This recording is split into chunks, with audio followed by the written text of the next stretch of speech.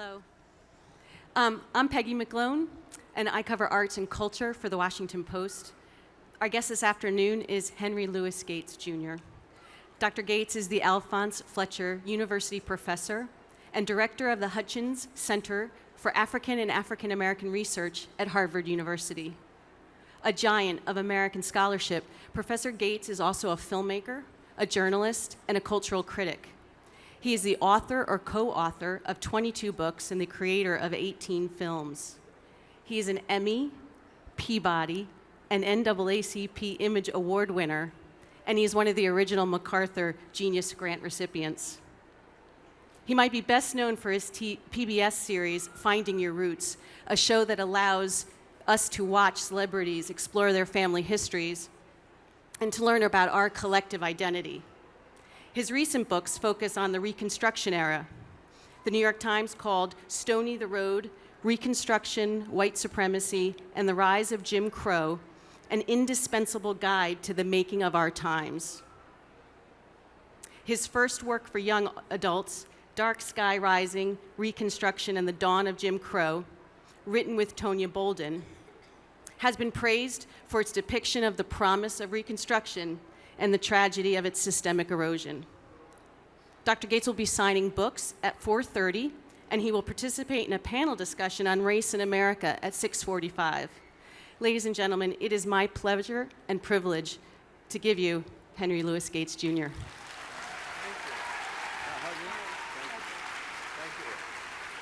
Thank you. Thank you so much for that kind introduction. And thanks to all of you for coming.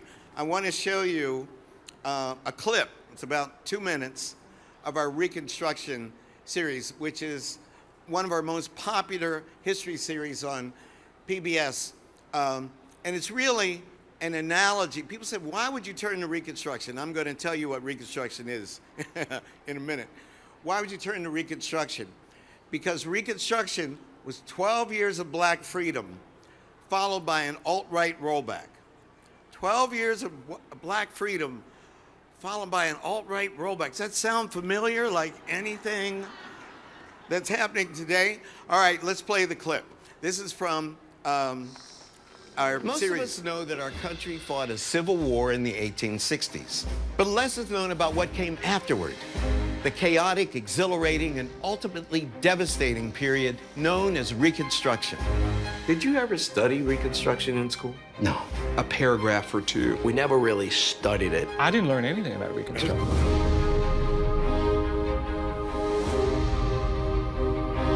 Reconstruction was our shining moment. It's the second founding of our country. Overnight, people who have been defined as property take leadership positions in the South. So this is an incredibly heady moment, kind of like Barack Obama becoming president. But those black folks had no idea of the cliff they were heading towards.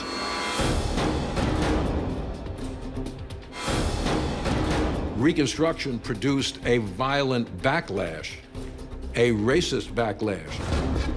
I want us to tell the truth about our history, not to punish America. I want to liberate us, but we can't get to liberation if we don't acknowledge what we've done. It's our town now!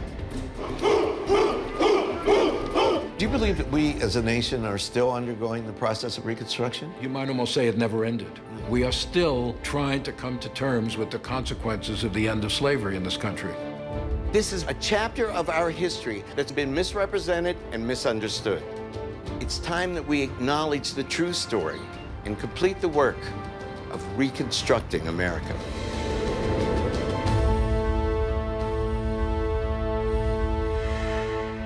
That's it. That's what I'm talking about.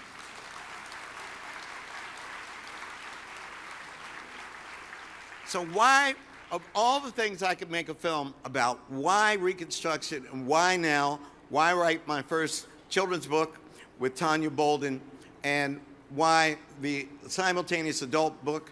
Because it is a lost chapter in American history. Reconstruction was a period following the Civil War between 1865 and 1877. As I said, when black people experienced more freedom than at any other time than our history of our ancestors on this continent. It's what Abraham Lincoln referred to in his second inaugural as the new birth of freedom that the Civil War represented. Historians call it Americans' second founding, but most schools don't teach about Reconstruction. They skip from Lee's surrender at Appomattox to Rosa Parks, Dr. King, and the Civil Rights Movement, leaving a lot of students wondering, why, if Lincoln freed the slaves, why do we need a civil rights movement? So after celebrating the triumphs that black people made under Reconstruction, we ask, how could black men in the South, former slaves, be given the right to vote in 1867 in the South and 1870 nationally through the 15th Amendment, and then be systematically deprived of the vote 20 years later by state constitutional conventions throughout the South? How could America fight our costliest war of all our wars to end slavery and to save the Union at the cost of 750,000 lives, yet see Jim Crow established as the law of the land by the Supreme Court of the United States in 1896? W.E.B. Du Bois, my hero, and the first black man to get a PhD in any field from Harvard in 1895, wrote a book about Reconstruction, trying to set the record straight in 1935. And this is how he summarized Reconstruction. It's such a brilliant sentence. He says, the slave went free, stood a brief moment in the sun, and then moved back again towards slavery. And Martin Luther King, a month before he was assassinated, and most scholars, kids don't even know this, Martin Luther King made a speech about the significance of W.E.B. Du Bois's book on Reconstruction. And he said, to understand why his study of Reconstruction was a monumental achievement, it's necessary to see it in context. White historians had for a century crudely distorted the Negro's role in Reconstruction. It was a conscious and deliberate manipulation of history, he said, and the stakes were high.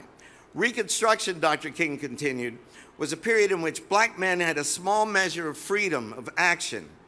If, as white historians tell it, Negroes wallowed in corruption, opportunism, displayed spectacular stupidity, were wanton, evil, and ignorant, then their case was made. They would have proven that freedom was dangerous in the hands of inferior beings. One generation after another of Americans were assiduously taught these falsehoods, and the collective mind of America became poisoned with racism and stunned with myths. So understanding Reconstruction and its rollback is pivotal to understanding the history of race relations in our country today. Even black people don't know that much about Reconstruction. Many of you have watched my series, Finding Your Roots, which I love to do. I did Chris Rock, and I showed him that his great-great-grandfather was elected to the House of Representatives in South Carolina in 1872, and Chris Rock broke down and cried. And he broke down and cried because he said, first of all, he had no idea, and he went to his mother when he was 12 and said he wanted to grow up and be a politician, and his mother said that America wouldn't allow black men to grow up to be politicians. But in his own family tree, he had a great-great-grandfather who had been elected to the South Carolina House of Representatives during Reconstruction. And Congressman John Lewis, who as far as I'm concerned is a living secular saint. Congressman, give it up for John Lewis. I showed John Lewis his great-great-grandfather's voter registration record from the summer of 1867. And he was so shocked that his head just fell and hit the desk and he wept like a baby. Why? Because he spent his whole career trying to get black people the right to vote. And he and I figured out that because of Jim Crow segregation, no one in his family voted between his great-great-grandfather in 1867 and John Lewis because of the Voting Rights Act. That's how important the black vote was. So Reconstruction has been lost to history, and I turned to my colleagues, particularly Eric Foner, and asked him to help me bring it back to the curriculum. Here is a highlight of here's a summary of the highlights of Reconstruction. The 13th and 14th and 15th Amendments. The 13th Amendment ended slavery. You know how you learned in school, Lincoln freed the slaves? He didn't free the slaves. The Emancipation Proclamation did not free the slaves. What ended slavery was the ratification of the 13th Amendment on December 6, 1865. The 14th Amendment was ratified in 1868. That is what established birthright citizenship in the United States. America is only one of 33 countries in the world that has birthright citizenship. And you know what that means. You can be from anywhere. You go to a national airport or Dulles on an airplane trip, you have a baby, the baby is an American. And certain people in this country are trying to take that away, and we're not going to let them take that away. No way.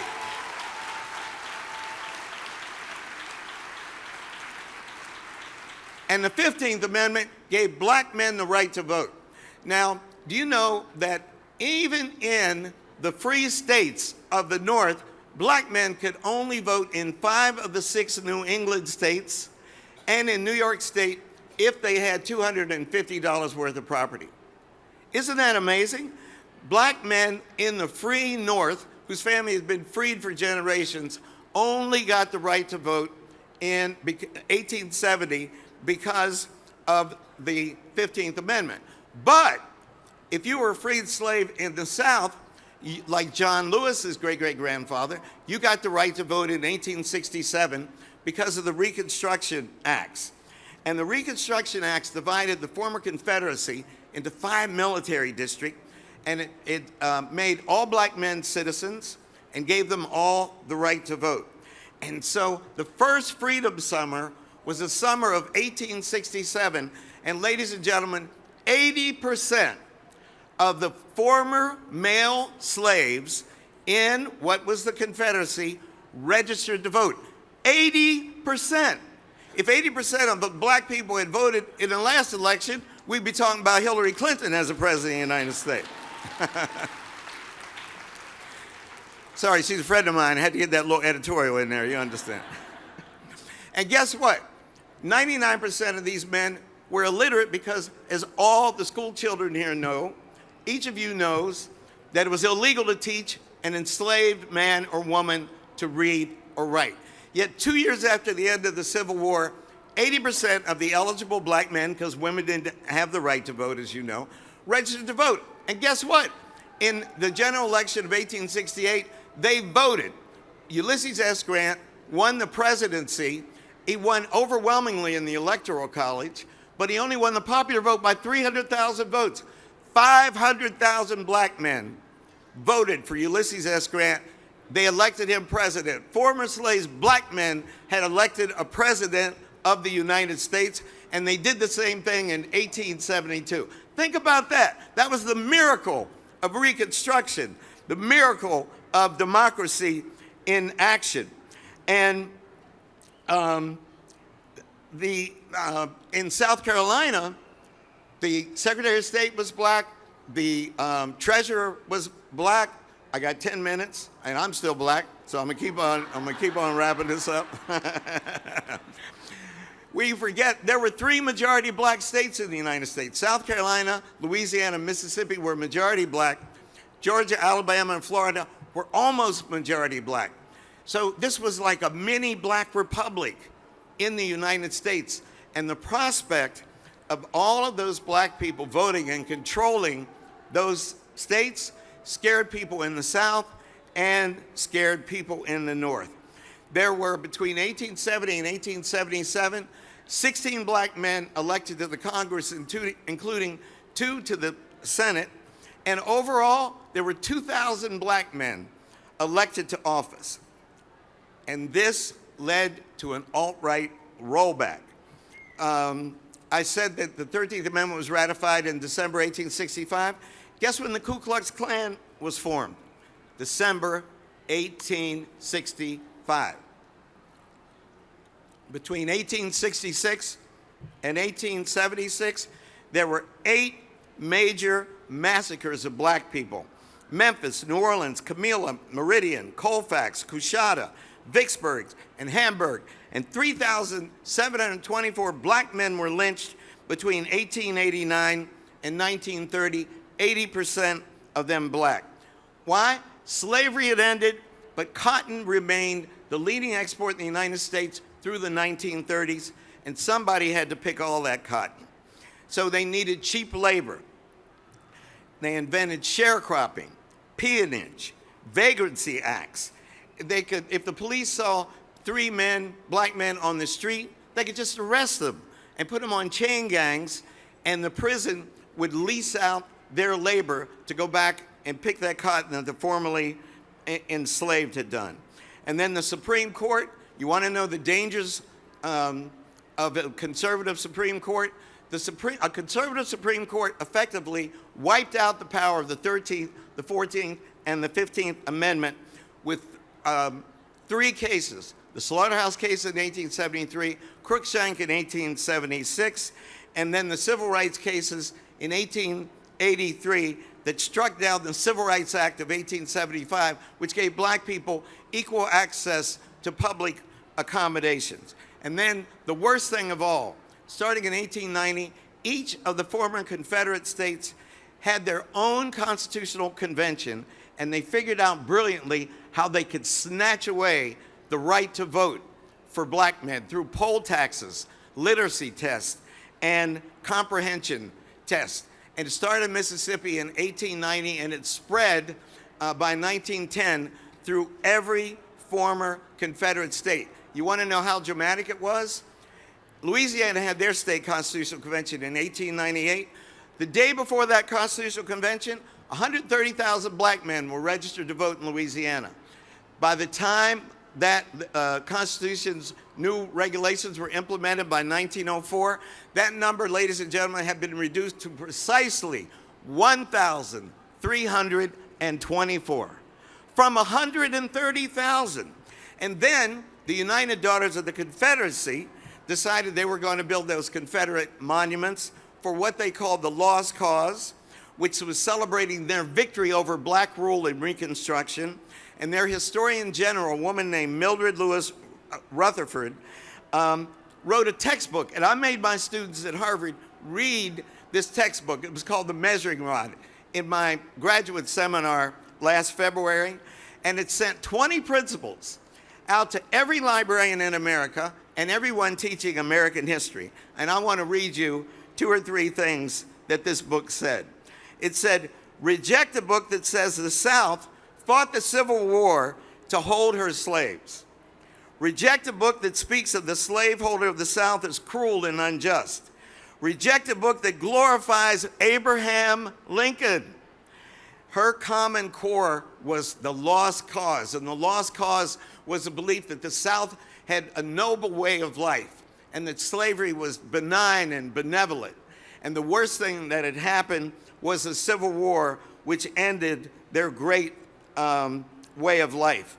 The rollback of Reconstruction has lasted far longer than Reconstruction itself, and it continues to this day. Today's rollback is part of the reaction to the election of Barack Obama as our first black president. His 8 years in the White House stirred up massive racial resentment, as we saw with Donald Trump's campaign and his presidency, which capitalized on white racial fear.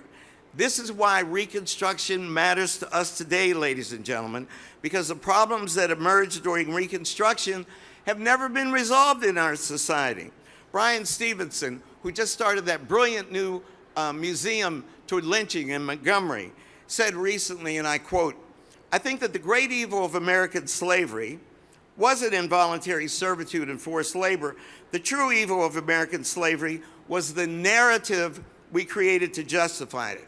They made up this ideology of white supremacy that cannot be reconciled with our Constitution, that cannot be reconciled with the commitment to fair treatment and just treatment of all people.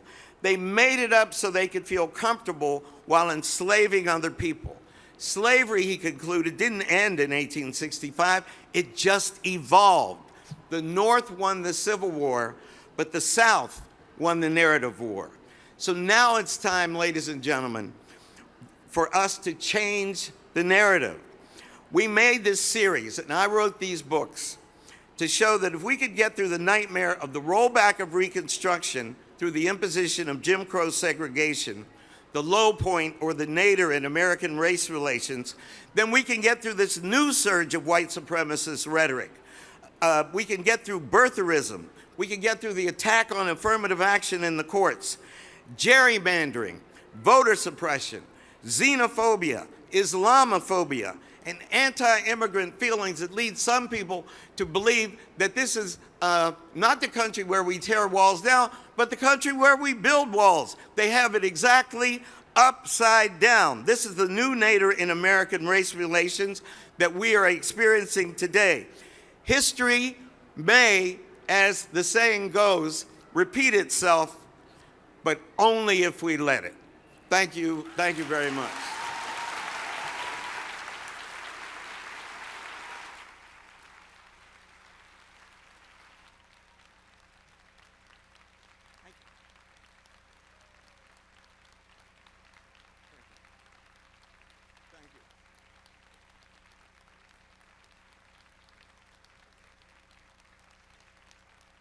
Thank you.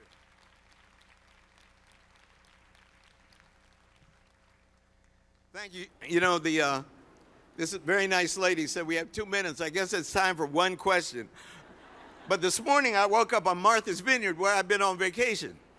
And when I looked at my alarm clock at 8 a.m., I said, I could go to the beach of Martha's Vineyard or come down here and do this book signing.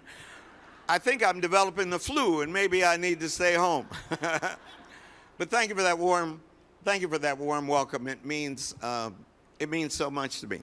We have time for one question? Yes.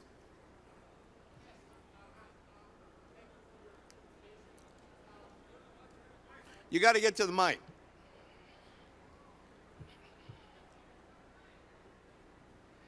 But don't step on anybody. Thank you. Okay. Thank you very much for the presentation. I appreciate it. I think a lot of us here did.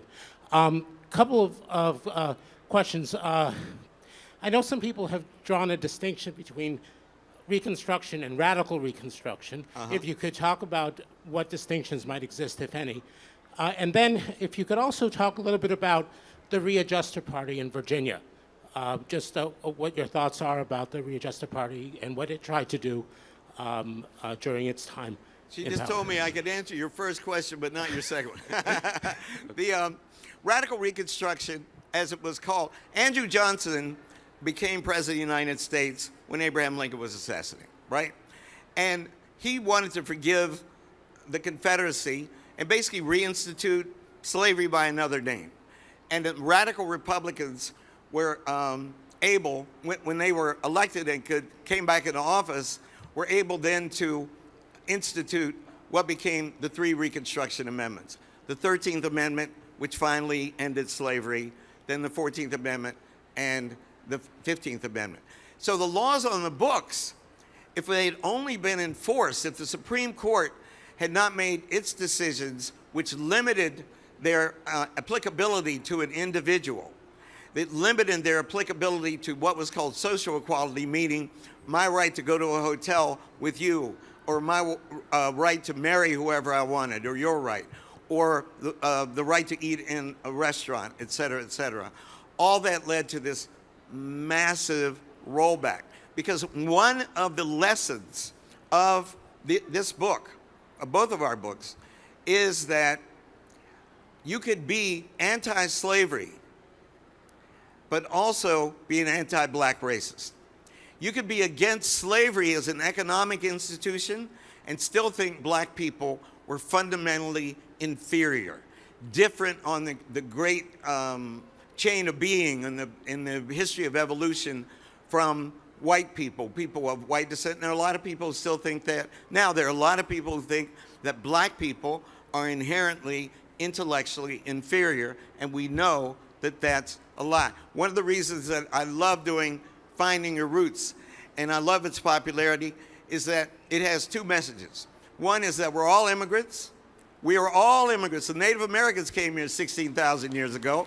The black people, my black ancestors weren't willing immigrants. They were unwilling immigrants, but they were immigrants. We were all immigrants, and that's what made this country great. And the second thing, when I do people's DNA, it shows us no matter how different each of you, and I'm looking at the Rainbow Coalition among the students, no matter how different phenotypically you all look, you're 99.99% the same in your genome. We're all God's children, and we got to fight to make America great again, in my opinion. Okay, thank you very much. Thank you.